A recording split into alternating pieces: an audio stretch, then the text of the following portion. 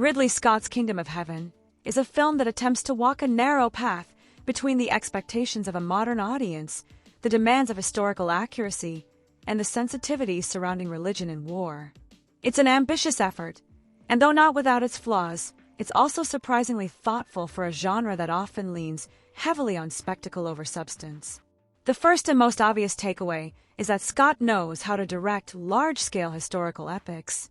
That much was clear in Gladiator, but Kingdom of Heaven feels like a more mature film, one less concerned with thrilling the audience at every turn and more interested in posing difficult questions.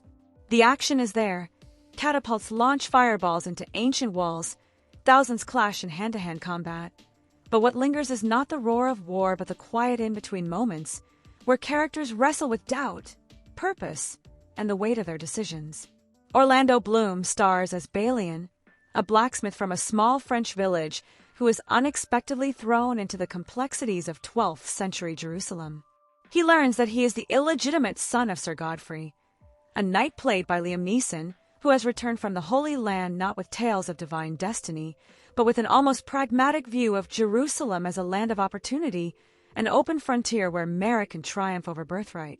A man who in France has not a house is in the Holy Land the master of a city, Godfrey tells Balian, presenting Jerusalem as something more than a holy site. It is a blank slate, a place where past sins can be buried and new identities forged. This vision sets the tone for the film, which often seems more interested in personal reinvention and moral ambiguity than in the religious fervor that history associates with the Crusades. Balian is not a zealot, nor is he particularly devout. He is a man marked by loss, struggling to understand his place in a world where religion is often used as a pretext for violence and control. He doesn't go to Jerusalem to reclaim it for Christendom. He goes, in a sense, to escape. One of the more intriguing aspects of Kingdom of Heaven is how it sidesteps the simplistic dichotomy of Christian versus Muslim.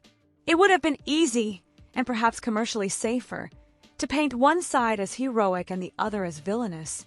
But Scott refuses to indulge in that sort of narrative. Instead, he populates his film with characters who defy easy categorization.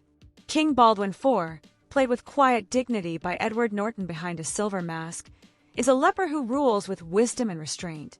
His illness confines him physically, but not morally. Ghassan Masoud Saladin, leading the Muslim forces, is presented not as a bloodthirsty invader, but as a man with a deep sense of honor and duty. When the inevitable battle for Jerusalem comes, he acts not with cruelty, but with pragmatism. That said, Kingdom of Heaven doesn't shy away from depicting the fanaticism